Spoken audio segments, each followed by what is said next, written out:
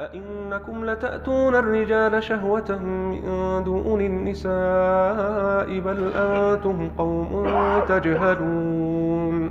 فما كان جواب قومه إلا أن قالوا أخرجوا آل لوط من قريتكم إنهم أناس يتطهرون.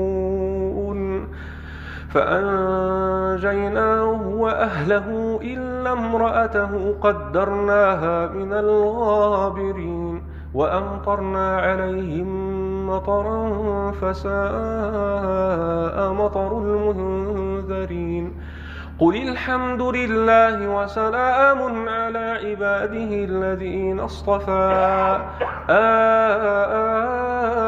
الله خير أما يشركون. الله